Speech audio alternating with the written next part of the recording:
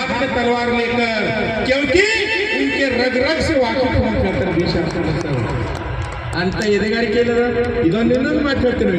1951 ಇವತ್ತು ಯಾವನಿಗೆ ದಮ್ಮದ ಹೇಳ್ರಿ, ಮೀಸಲು ಕ್ಷೇತ್ರದಿಂದ ಗೆದ್ದಿರ್ತಕ್ಕಂಥ ಯಾರಿಗೂ ಕೂಡ ಈ ದಮ್ಮಿಲ್ಲ. ನಾ ಶ್ಯಾಮ್ ಸುಂದರ್ ಸಾಹೇಬ್ರ ದಮ್ಮಿಲ್ಲ, ನಾ ಬಾಬಾ ಸಾಹೇಬ್ರ ದಮ್ಮಿಲ್ಲ. ಕುರ್ಚಿ ಸಲಕ ಚಮಚಗಿರಿ ಮಾಡೋದೇ ಹೋಯ್ತು. ಸೊ ಅದಕ್ಕೆಲ್ಲ ಈ ಅವಕಾಶವಾದಿ ಅಂಬೇಡ್ಕರ್ ವಾದಿಗಳಿಂದ ನಾವು ಬಹಳ ಹುಷಾರಿರ್ಬೇಕು ಅಂತಕ್ಕಂಥ ಮಾತನ್ನ ಇಲ್ಲಿ ಬರುತ್ತೆ. ಅವಾಗ ಸ್ವಾಭಿಮಾನದಿಂದ ಕೆರಳಿರ್ತಕ್ಕಂಥ 3ನೇ ಸಿದ್ಧ ಅಕ್ಬರ್ ಗೋನಾಥ್ ಗಂಡಾಥ್ ಬಿಟ್ಟುನಾಥ್ ತುಕ್ನಾಥ್ ಕುರಿ ಹೇಳ್ತಾರೆ, ನಮ್ಮ ಸ್ವಾಭಿಮಾನಕ್ಕೆ ಧಕ್ಕೆ ತರ್ತಕ್ಕಂಥ ಮಾತಿವ ಅಟ್ಟಹಾಸದಿಂದ ಮಾತಾಡೋದು ಗಡ್ಡೆ ಬಾಜಿರಾವ, ಈ ನನ್ನ ಮಗನಿಗೆ ತಕ್ಕ ಪಾಠ ಕಲಿಸಲೇಬೇಕು ಅಂತ ನೆಕ್ಸ್ಟ್ ಡೇ ಕಳಂಬಿನಿಂದ FF ಸ್ಟಂಟನ್ ಅವ್ರ ಹತ್ರ ಮುಂಬೈಗೆ ಹೋಗ್ಬಿಟ್ಟು ಬ್ರಿಟಿಷ್ ಸೈನ್ಯದಲ್ಲಿ ಸೈನಿಕರಾಗಿ ಸೇರ್ಕೊಳ್ತಾರೆ. ಆವಾಗ 2ನೇ ಬಾಜಿರಾವ್ ಸುದ್ದಿ ಮುಡುಕುದ ಈ ಬ್ರಿಟಿಷ್ ಸೈನ್ಯದಲ್ಲಿ ಸೇರಿರ್ತಕ್ಕಂಥ ಈ ಮಹಾತ್ಮ ಪಡೆಯನ್ನು ಕತ್ತರಿಸಿ ಹಾಕಬೇಕು ಅಂತಕ್ಕಂಥ ಒಂದೇ ದೊಡ್ಡ ಸಂಕಲ್ಪ, ಒಂದೇ ಸೇಡಿನ ಮನೋಧರಣೆ ಖತ ಖತ ಖತ ಅಂತ 2ನೇ ಬಾಜಿರಾವನ ಪಟ್ಟಿಯಲ್ಲಿ ಕುದಿತಾ ಇರುತ್ತೆ. ಅದಕ್ಕಾಗಿ ಅವಕಾಶವನ್ನು ಕಾಯ್ತಾನೆ.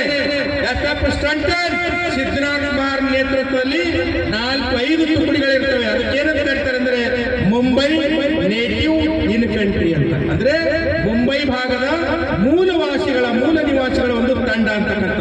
ಆ ತಂಡದ ನಾಯಕ ಯಾರಿರ್ತಾರೆ, ದಂಡ ನಾಯಕ ಅಂದ್ರೆ 3ನೇ ಸಿದ್ಧನಾಥ್ ಕುಮಾರ್. ಅವಾಗ 2ನೇ ಬಾಜಿರಾವ್ ಅಂತಾನ, ಈ ನನ್ನ ಮಕ್ಕಳಿಗೆ ಮಹಾರಿ ಎಲ್ಲಿ ತನ ತುಕಡಿ ಮಾಡಿ ಕಡೆಯದಿಲ್ಲೋ, ನನಗೆ ಸಮಾಧಾನ ಇಲ್ಲ ಅಂತಕ್ಕಂಥನು ದೃಢ ಸಂಕಲ್ಪ ಮಾಡಿರ್ತಕ್ಕಂಥ 2ನೇ ಬಾಜಿರಾಯ 1795 ನವೆಂಬರ್ 5ನೇ ತಾರೀಕು ದಿವಸ ಖಡ್ಕಿ ಅಂತಕ್ಕಂಥ ಮಧ್ಯಪ್ರದೇಶದ ಖಡ್ಕಿ ಮಹಾರಾಷ್ಟ್ರ ಬಾರ್ಡರ್ದಲ್ಲಿ ಖಡ್ಕಿ ಅಂತಕ್ಕಂಥ ಸ್ಥಳದಲ್ಲಿ ಯುದ್ಧ ಮಾಡಕ್ಕೆ ರೆಡಿಯಾಗಿ 2ನೇ ಬಾಜಿರಾವ್ ಸಾಕಷ್ಟು ಸಾವಿರಾರು ಸೈನ್ಯವನ್ನು ತೆಗೆದುಕೊಂಡು 2ನೇ ಬಾಜಿರಾಯ ಹೋಗ್ಬಿಡ್ತಾನೆ. ಅವನ ಇಂಟೆನ್ಷನ್ ಅಂದ್ರೆ ಸಿದ್ಧನಾಥ್ ಕುಮಾರ್ ಮತ್ತು ಆ ಮಹಾರಾಷ್ಟ್ರ ತುಕಡಿ ಮಾಡಿ ಕಡಿಬೇಕಂತ. ಆವಾಗ ಸಿದ್ಧನಾಥ್ ಕುಮಾರ್ನ ತಂಡದಲ್ಲಿ ಇರ್ತಕ್ಕಂಥ ಮಹಾ ಸೈನಿಕರು 2ನೇ ಬಾಜಿರಾಯನ ಸೈನಿಕರಿಗೆ ನಾಯಿ ಹುಡುದಾಗೆ ಅಟ್ಟ ಹುಡುಗ ಬಿಡ್ತಾರೆ. ಅವಾಗ ಓಡೋಗಿ FF ಸ್ಟಂಟನ್ ಕಾಲ್ ಬರ್ತಾನೆ ಬಾಜಿರಾವ್. ಏನಂತ, ಬ್ರಿಟಿಷ್ ಸರ್ಕಾರಕ್ಕೆ ನಾನು ಶರಣಾಗಿದ್ದೇನೆ, ಸಹಾಯಕ ಸೈನ್ಯ ಪದ್ಧತಿಯನ್ನು ಒಪ್ಪಿಕೊಳ್ಳುತ್ತೇನೆ, ನಮಗೆ ಈ ಮಹಾರಿಂದ ರಕ್ಷಣೆ ಕೊಡಿಸು ಅಂತ ಹೇಳ್ತಾನೆ. ಅವಾಗ 2ನೇ ಬಾಜಿರಾಯ ಹೋಗಿ FF ಸ್ಟಂಟನ್ ಬ್ರಿಟಿಷ್ ಅಧಿಕಾರಿಗೆ ದಂಡನಾಯಕನಿಗೆ ಕಾಲು ಬಿದ್ದು ಯುದ್ಧ ಖಡ್ಕಿ ಯುದ್ಧನ ಅಲ್ಲಿಗೆ ಸಮಾಪ್ತಗೊಳಿಸಿ ಸಹಾಯಕ ಸೈನ್ಯ ಪದ್ಧತಿಯನ್ನು ಒಪ್ಪಿಬಿಡ್ತಾರೆ. ಅವಾಗ 2ನೇ ಬಾಜಿರಾಯನ ಸಂಕಟ ಬ್ರಿಟಿಷ್ ಸೈನಿಕರು ಬಂದು ಪೂನಾ ನಗರದಲ್ಲಿ ವಾಸ ಮಾಡಕ್ಕೆ ಶುರು ಮಾಡ್ತಾರೆ. ಮತ್ತೆ 2ನೇ ಬಾಜಿರಾಯಿಗೆ ಮತ್ತೊಂದು ಅಪಮಾನ. ಈ ಮಹಾಸೈನಿಕರನ್ನು ಮತ್ತೆ 2ನೇ ಬಾರಿ ಸೋಲಿಸಲ್ಲ ಆಗ್ತದೆ, ಇವ್ರಿಗೆ ಏನಾರ ಮಾಡಿ ಹುಡುಗ ಹಾಕಬೇಕು ಅಂತ. ಆವಾಗ ಬ್ರಿಟನ್ ಅಧಿಕಾರಿಯಾಗಿರ್ತಕ್ಕಂಥ ಕ್ಯಾಪ್ಟನ್ FF ಸ್ಟಂಟನ್ ಒಂದು ನಂಬಿಕೆ ಇರ್ತೇನೆಂದ್ರೆ, ನಾನು ಸಾವಿರಾರು ಸೈನಿಕರು ಬೇಕಾಗಿಲ್ಲ, ಈ ಮೂಲ ಭಾರತೀಯರಾಗಿರ್ತಕ್ಕಂಥ ಏನು ಮುಂಬೈ ಪ್ರಾಂತ್ಯದ ಮೂಲ ಭಾರತೀಯ ಮಹಾ ಸೈನಿಕರ ತುಕಡಿ ಒಂದಿದ್ರು ಸಾಕಂತಿರೋದು. ಆ 500 + 250 OBC ಈ ಟೆಂಟ್ ಹೊಡಿತಕ್ಕಂಥವ್ರು, ಆನೆ ತೊಳಿತಕ್ಕಂಥವ್ರು, ಕುದುರೆ ಸಾಕ್ತಕ್ಕಂಥ ಆ 250 ಒಟ್ಟು 750 ಸೈನಿಕರು ತಂಡ ಮಾಡ್ಕೊಂಡು ಕ್ಯಾಪ್ಟನ್ FF ಸ್ಟಂಟನ್ ಎಲ್ಲಿ ಬೇಕಾದ್ರಲ್ಲಿ ಅವನ ಆಕ್ರಮಣ ಮಾಡ್ತಾ ಹೋಗ್ತಿರ್ತಾನೆ.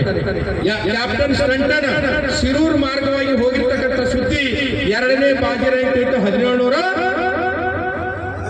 1817 ಡಿಸೆಂಬರ್ ತಿಂಗಳಲ್ಲಿ. ಆವಾಗ ಗೋರ್ಪೇಟಗಳಿಗೆ ಏನು ಅವರ ಅಧೀನದಲ್ಲಿ ಗೆಳತನ ಮಾಡ್ಕೊಂಡಿದ್ದನೋ, ಘಟಕುಂಚಿ ಮೂಲಕ ಅವ್ರು ಸೇರಿಸ್ಕೊಂಡಿದ್ರು, ಅವೆಲ್ಲ ಸೈನ್ಯವನ್ನು ಪುನಾ ನಗರದಲ್ಲಿ ಸಂಘಟನೆ ಮಾಡಿದ ನಂತರ ಆವಾಗ 2ನೇ ಬಾಜಿರಾಯ ಹೇಳ್ತಾನೆ, ಇದೊಂದು ಸುವರ್ಣ ಅವಕಾಶ, ಈ ಮಹಾರಿ ಕಡಿತಕ್ಕಂಥ ಅವಕಾಶ ಬಂದಿದೆ. ಶಿರೂರದಲ್ಲಿ ಇವರು FF ಸ್ಟಂಟನ್ ನೇತೃತ್ವದಲ್ಲಿ, ಜೆರುಸಲೆಂನ ನೇತೃತ್ವದಲ್ಲಿ ಇವರು ಕೇವಲ 500 ಜನ ಮಹಾ ಸೈನಿಕರು ಬರ್ತಾ ಇದ್ದಾರೆ. ಇವರಿಗೆ ನಾನು ಅಡ್ಡಗಟ್ಟಿ ಸಾವಿರಾರು, ಎಷ್ಟು 28,000 ಸೈನಿಕರನ್ನು ತೆಗೆದುಕೊಂಡು ಇವ್ರನ್ನು ವಿಚಿತ್ರ ಕಡಿಬೇಕು ಅಂತ ಹ್ಯಾಂಗ್ ಕಡಿದು ಅನ್ನೋದು ಒಂದು ಮಾತು ಸಂಕಲ್ಪ ಮಾಡಿದ್ದಾರೆ 2ನೇ ಬಾಜಿರಾಯ. ಅಂದ್ರೆ ಅದಕ್ಕೊಂದು ಘಟನೆ ಹೇಳ್ತೀನಿ ಸ್ನೇಹಿತರೆ ನಿಮಗೆ. 1689ರಲ್ಲಿ ಔರಂಗಜೇಬನ ದಂಡನಾಯಕ ಜುಲ್ಫಿಕರ್ ಅಂತಕ್ಕಂಥವನು ಸಂಭಾಜಿ ಮಹಾರಾಜರನ್ನು ಪೂನಾದಲ್ಲಿ ಬಂದಿ ಮಾಡಿಕೊಡ್ತಾರೆ.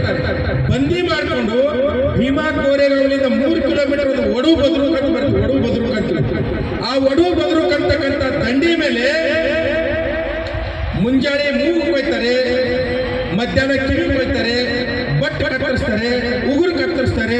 ಹೀಗೆ ಚಿತ್ರ ಕೊಟ್ಟು ಕೊಟ್ಟು ಕೊಟ್ಟು ತುಕಡಿ ತುಕಡಿ ಮಾಡಿ ಕಡ್ದು ಹಾಕ್ತಾರೆ ಕೊಡೋ ಭದ್ರ ಮೇಲೆ. ಅಂದ್ರೆ ಔರಂಗಜೇಬನ ನೆಪವಡ್ಡಿ ಪೇಶ್ವೆಗಳು ಈ ದೇಶದ ಸ್ವಾತಂತ್ರ್ಯಕ್ಕಾಗಿ ಹೋರಾಡಿರ್ತಕ್ಕಂಥ ಬುದ್ಧಭೂಷಣ ಅಂತಕ್ಕಂಥ ಪುಸ್ತಕ ಬರೆದಿರ್ತಕ್ಕಂಥ ಮೂಲ ಬುದ್ಧನಾಗಿರ್ತಕ್ಕಂಥ ಬುದ್ಧನ ಅನುಯಾಯಿ ಆಗಿರ್ತಕ್ಕಂಥ ಸಂಭಾಜಿ ಮಹಾರಾಜನ ತುಕಡಿ ತುಕಡಿ ಮಾಡಿ ಕಡಿತಾರಲ್ಲ, ಅದಕ್ಕಿಂತಲೂ ವಿಕೃತವಾಗಿ ಈ ಮಹಾ ಸೈನಿಕರಿಗೆ ಕಡಿಬೇಕಂತ ತಿಳಿದು ಸಂಕಲ್ಪ ಮಾಡಿರ್ತಕ್ಕಂಥ ಎರಡನೇ ಬಾಜಿರಾಯ ಪೂನಾಲಿಂದ 25 ಕಿಲೋಮೀಟರ್ ಇರ್ತದ ಶಿರೂರು ಮಾರ್ಗವಾಗಿ ಹೋಗ್ಬೇಕು ಅಂತ ಬರ್ತಿರ್ತಾನೆ.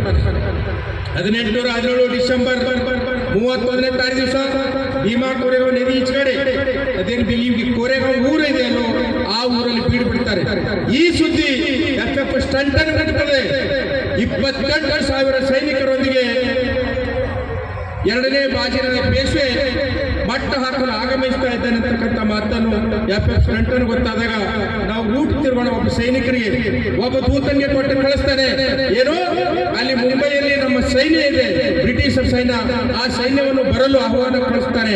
ಆದರೆ ಆ ಚೀಟಿ ಮುಟ್ಟದ್ರೊಳಗಡೆ ಬೆಳಗಾಗದ್ರೊಳಗಡೆ 28,000 ಜನ ಪೇಶ್ವೆಗಳ ಸೈನಿಕರು, ನಾವೊಂದು 500 ಜನ ಪ್ಲಸ್ ಕೆಲಸ ಮಾಡ್ತಕ್ಕಂಥವ್ರು 200 ಜನ, ನಮ್ಮ 750 ಜನರು ಕೊಂದು ಹಾಕ್ಬಿಡ್ತಾರೆ ಅಂತಕ್ಕಂಥ ಒಂದು ಡವಡವಿಕೆ ಕ್ಯಾಪ್ಟನ್ FF ಸ್ಟಂಟ್ ಬಲ್ ಬರುತ್ತೆ.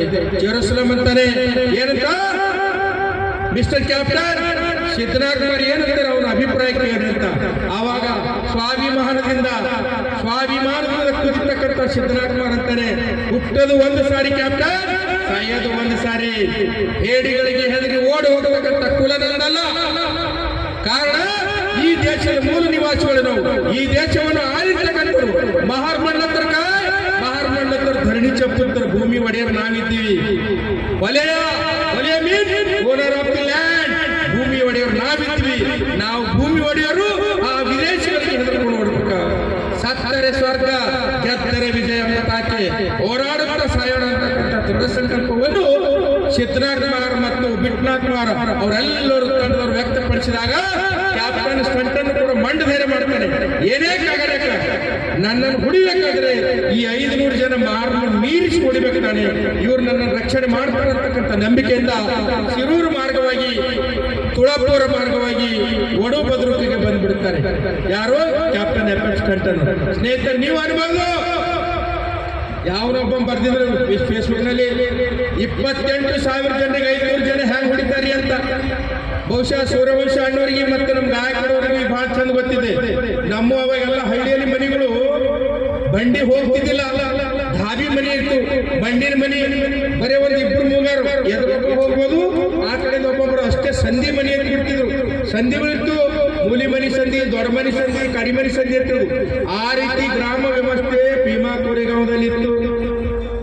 ಎರಡನೇ ಬಾಜಿರಾಯನ ಹತ್ರ ಆನೆಗಳಿತ್ತು, ಒಂಟಿಗಳಿತ್ತು, ಕುದುರೆಗಳಿತ್ತು. ಆದರೆ ಆ ಸಂಧಿಯಲ್ಲಿ ಹೋಗ್ತಕ್ಕಂಥ ಸಾಹಸ ಮಾಡ್ಕೊಂಡು ಹೋಗ್ಲಿಕ್ಕೆ ಬರ್ತಿದ್ದಿಲ್ಲ. ಆದರೆ ಗೆರಿಲ್ಲಾ ಅಂದ್ರೆ ಮುಂದೊಬ್ಬರಿಗೆ ಓಡಿಸ್ತಾ ಇದ್ರು. ಬಹುಶಃ ತಮಿಳ್ನಾಡು ಒಂದು ಸಿನಿಮಾ ಇದೆ, ಮುಂದೊಬ್ಬ ಓಡ್ತಾನೆ, ಇವ್ರ ಹಿಂದೆ ಒಂದು 15-20 ಜನ ಸೈನಿಕರು ಓಡ್ತಿರ್ತಾರೆ ಸಂಧಿಯಲ್ಲಿ. ಆವಾಗ ನೀವು ನೋಡ್ಬೋದು, ಇವತ್ತು ಕೂಡ ಸಿದ್ದರಾಮಯ್ಯ ಪೂನಾ ನಗರದಲ್ಲಿ ಇದೆ ತಲವಾರು. 10 ಕಿಲೋ ತಲವಾರು, 10 ಫೀಟ್ ಇದೆ, 10 ಫೀಟ್ ತಲವಾರು. ಅಜಾನುಭಾವ 7 ಫೀಟ್ ಇರ್ತಕ್ಕಂಥ ಮಹಾರಿವತ್ತರಿದ್ರು. ಎದುರು ಓಡೋಗಿರ್ತಕ್ಕಂಥ ಸೈನಿಕ ಹೊಳ್ಳಿ ನಿಂದಿರ್ತಾನೆ, ಆ 10 ಫೀಟ್ ತಲವಾರು ತೆಗಿತಾನೆ. ಹಿಂದೆ ಮ್ಯಾಳಿಗೆ ಮೇಲೆ ನಿಂತಿರ್ತಕ್ಕಂಥ ಮಹಾನ್ ಸೈನಿಕ ಅವ್ರ ಹಿಂದಗಡೆ ಹಾರ್ತಾನೆ. ನಡಬರ್ಕ 15-20 ಮಂದಿ ಸಿಗ್ತಾರೆ. ಈ ಕಡೆ ಅವ್ರು ಚುಚ್ಚು ಬಿಡ್ತಾರೆ, ಆ ಕಡೆ ಅವ್ರು ಚುಚ್ಚು ಬಿಡ್ತಾರೆ. ಎಟ್ ಎ ಟೈಮ್ 15-20 ಮಂದಿಗೆ ಎಟ್ ಎ ಟೈಮ್ ಕೊಚ್ಚಿ ಹಾಕ್ಬಿಡ್ತಾರೆ ಒಂದೊಂದೇ ತಲವಾರಿಂದ. ಅದು ಗೆರಿಲ್ಲಾ ಪದ್ಧತಿ ಯುದ್ಧ, ಗೆನಿಮಿ ಪದ್ಧತಿ ಯುದ್ಧ, ವಾಗ್ನಾಟ್ ಯುದ್ಧ, ಗೋರ್ಪಡೆ ಯುದ್ಧ. ಈ ರೀತಿ ತಂತ್ರಜ್ಞಾನಗಳ ಮೂಲಕ, ಟೆಕ್ನಿಕ್ಗಳ ಮೂಲಕ 500 ಜನ ಮಹಾರು 28,000 ಈ ಏನಂತಾರ ಮೂರ್ಖ ಸೈನಿಕರನ್ನು ಕೊಚ್ಚಿ ಹಾಕಿರ್ತಕ್ಕಂಥ ಯುದ್ಧ ಪರಾಕ್ರಮದ ಯುದ್ಧವೇ ಭೀಮಾ ಕೋರೆಗಾಂವ್ ಯುದ್ಧ. ಇದು ಏನು ಕುದುರೆ ಮೇಲೆ ಬಂತು ಹಿಂಗ್ ಬಂದು ಹಿಂಗಲ್ಲ. ಆಮೇಲೆ ನೆನ್ಪಿಟ್ಕೊಂಡು ನೀವೆಲ್ಲ ಒಬ್ಬ ಇವತ್ತು ಕೂಡ ನೀವು ಹೇಳ್ತಾರೆ, ನಮ್ಮಲ್ಲಿ ಗುಲ್ಬರ್ಗ ಮಾತಾಡಿ ಹೇಳ್ತಾರೆ, ಯಾರಿಗೆ ಕೇಳ್ತಿದಾರಪ್ಪ, ಒಬ್ಬ ಹೊಲೆನಿ ಕೇಳ್ಬೇಕಾದ್ರೆ, ಒಬ್ಬ ಮುಸ್ಲಿಮನ ಕೇಳ್ಬೇಕಾದ್ರೆ ತುಂಬಾ ಧೈರ್ಯ ಬೇಕಂತ ಹೇಳ್ತಾರೆ. 10 ಮಂದಿ ಇದ್ರು ಕೂಡ ಒಬ್ಬ ಹೊಲೆ ಛಲವಾದಿಗೆ ಒಬ್ಬ ಮಹಾರು ಹೊಡಿಲಿಕ್ಕೆ ಧೈರ್ಯ ಮಾಡಿಲ್ಲ, ಒಬ್ಬ ಮುಸಲ್ಮಾನ ಹೊಡಿಲಿಕ್ಕೆ ಧೈರ್ಯ ಮಾಡಿಲ್ಲ. ಕಾರಣ ಏನಂದ್ರೆ ಇದ್ದರೆ ಬದುಕು, ಸತ್ತರೆ ಸ್ವರ್ಗ ಅಂತಕ್ಕಂಥ ಸಂಕಲ್ಪ ಮಾಡ್ಕೊಂಡಿರ್ತಕ್ಕಂಥ ಸಮುದಾಯ ಮೂಲ ಭಾರತೀಯರ ಸಮುದಾಯ